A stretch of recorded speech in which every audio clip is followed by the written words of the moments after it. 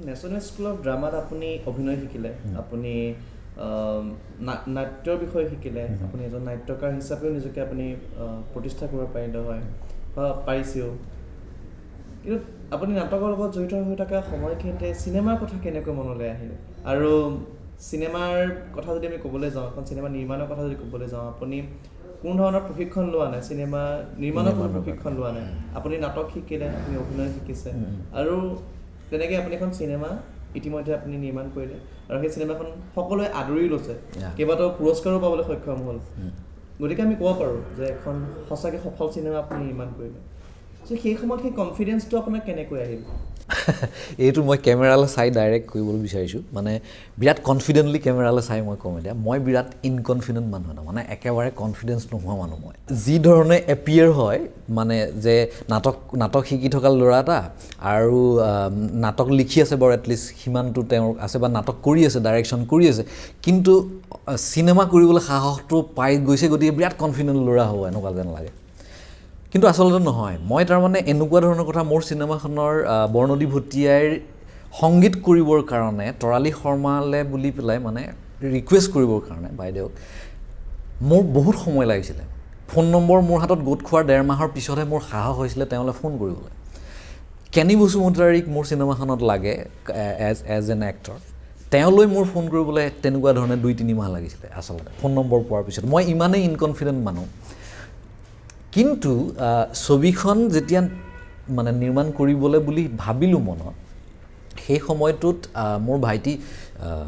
দেৱপ্ৰতিম নাথ, সি মোক ক'লে যে পইচা পাতিৰ অসুবিধা হ'বলৈ নিদিওঁ, তই কামটো কৰ, যি মানে ফাইনেন্সিয়েল হেল্প লাগে সেইটো কৰি দিম। তো হি ডিড ইট, সেইটো কৰিলে, সেইটো কাৰণে মোৰ সেইটো মানে শ্বৰ্টেড আছিলে। দ্বিতীয় কথাটো হ'ল কি, কিয় চিনেমাখন নিৰ্মাণ কৰিবলৈ মই ইমানডাল সাহস কৰিলোঁ, মানে মেইন কথাটো হ'ল মোৰ ক'বলগীয়া কথা ঢেৰ থাকে। যদি কিবা এটা ক'বলগীয়া নাথাকে তেতিয়াহ'লে আৰ্টটোৰ তাৰমানে একো ভেলু নাই। মই ইটছ লাইক ডিৰেকশ্যনলেছ হ'ব, ভেলু নাই বুলি কোৱা নাই, ফাইনেলি কিবা এটা ভেলু হয়তো ওলাই যাব কিবা আৰ্ট এটা কৰোঁতে, বাট সেইটো ডিৰেকশ্যনলেছ হ'ব একচুৱেলি।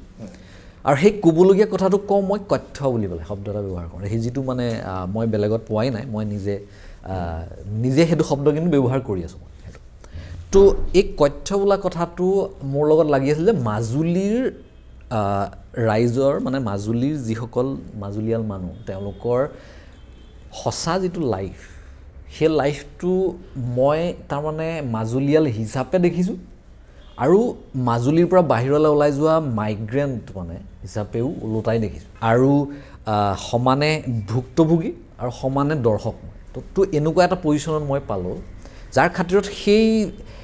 মাজুলীৰ যিটো ইমেজ আউটছাইড অফ মাজুলী হৈ আছে, সেই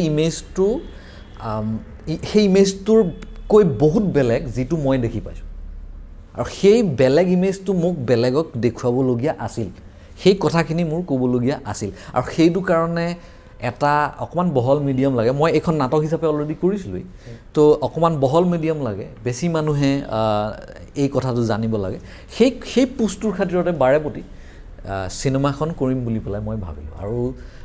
প্ৰয়াস শৰ্মা তামুলী যি DOP, তেওঁ মোৰ লগত মোৰ বন্ধু হ'ল প্ৰায় 2012 চন মানত, 11-12 চন মানত, তেতিয়াৰ পৰা। তো যেতিয়া মোৰ আশে পাশে কেমেৰা কৰিব পৰা মানুহ দেখিলোঁ আছে, মোৰ আশে পাশে চাউণ্ডৰ মানুহ আছে, মোৰ আশে পাশে মানে এক্টিং কৰিব পৰা এটা মানে বিৰাট ডাঙৰ টেলেণ্ট পুল এটা আছে, তো তেতিয়াই মই তাৰমানে এই গোটেই ঘটনাটোত জাপ দিবলৈ সাহস কৰিলোঁ। So' basically you are technically very strong, and আপোনাৰ এটা টেকনিকেল এটা টীম আছিল আগৰ পৰাই, মানে টেকনিকেল মানুহ আছিল, সেইখিনি আপুনি এটা টীম বনাই ল'লে। অকল টেকনিকেল মানে মই অকল চাউণ্ড বা কেমেৰাৰ কথাই কোৱা নাই, মই ক'ব বিচাৰিছোঁ মোৰ ওচৰত তাৰমানে আৰ্টিষ্ট হিচাপে মানে এক্টৰসকল এনেকুৱাকৈ আছিলে যাক মই হয়তো পঢ়ুৱাইছোঁ, দৰথী ভৰদ্বাজ হওক বা দিগন্ত কোঁৱৰে হওক, তেওঁলোক মোৰ ষ্টুডেণ্ট আছিলে এটা সময়ত। তো তেওঁলোকক মই জানো মানে, বা সোণমণি শৰ্মা যি নেশ্যনেল স্কুল অফ ড্ৰামাত মোৰ জুনিয়ৰ আছিলে, চ' আই ন' দেম, মানে তেওঁলোকৰ কেপাচিটি মই জানো। তাৰমানে সেইটো কনফিডেঞ্চ ফাইনেলি মোৰ আছিল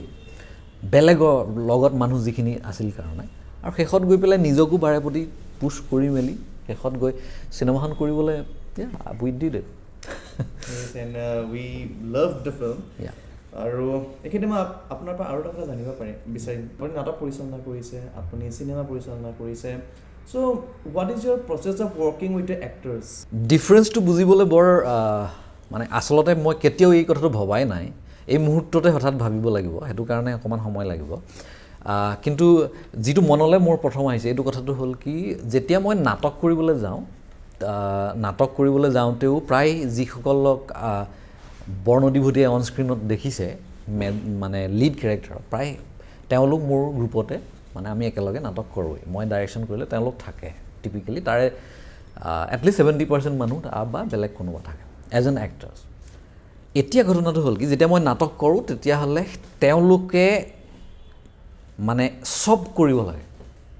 এক্টৰ যিখিনি আছে মোৰ লগত তেওঁলোকে আৰু ইনক্লুডিং মি মানে সেটত গজালটো মৰাৰ পৰা বুলি পেলাই কাৰোবাক নিমন্ত্ৰণ কৰাৰ পৰা বুলি পেলাই আৰু টিকেট বিক্ৰী কৰাৰ পৰা বুলি সকলো কৰিব লগা এটা পৰিৱেশ আছে আৰু সেইটো কাৰণে এভৰিবডি নোজ এভৰিথিং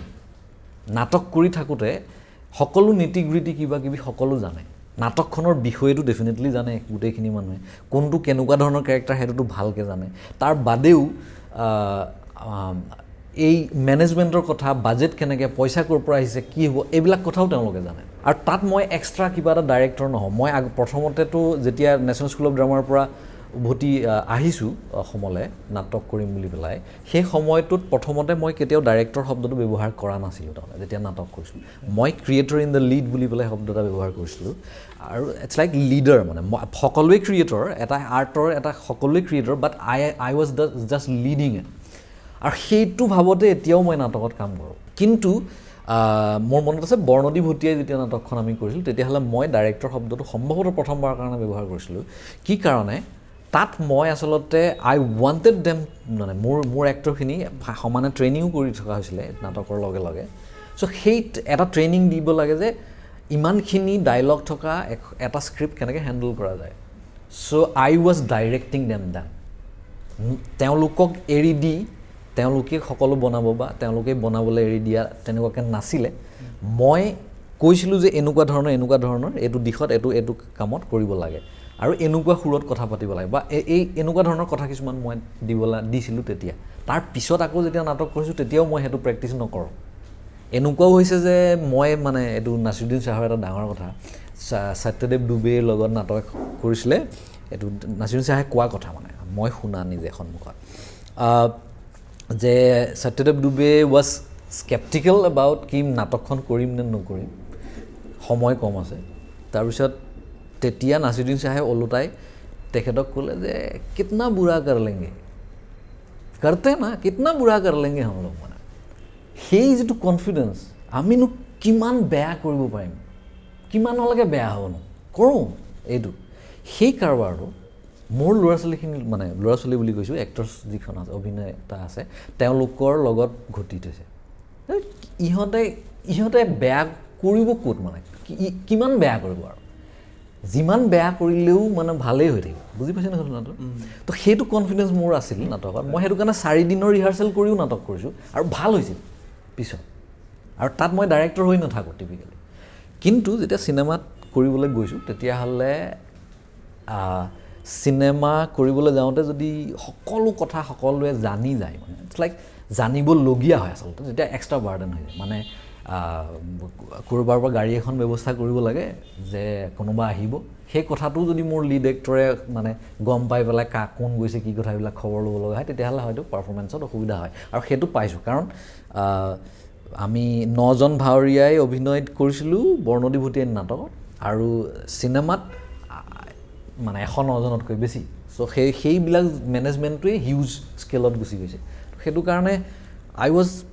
তেওঁলোকক তাৰমানে অভিনয় কৰিবলৈহে সুবিধা কৰিয়েই দিছিলোঁ আৰু বৰ বেছিকৈ লিডখিনিক মই বৰ বেছিকৈ ক'বলগীয়া হোৱাই নাছিলে আচলতে কিন্তু যিসকল মাজুলীৰ কি কয় অখ্যাত অভিনেতা কিন্তু এক্সপাৰ্ট অভিনেতা তেখেতসকলক যেতিয়া শ্বুট কৰিবৰ সময়ত মই তেখেতসকলক স্ক্ৰিপ্টটো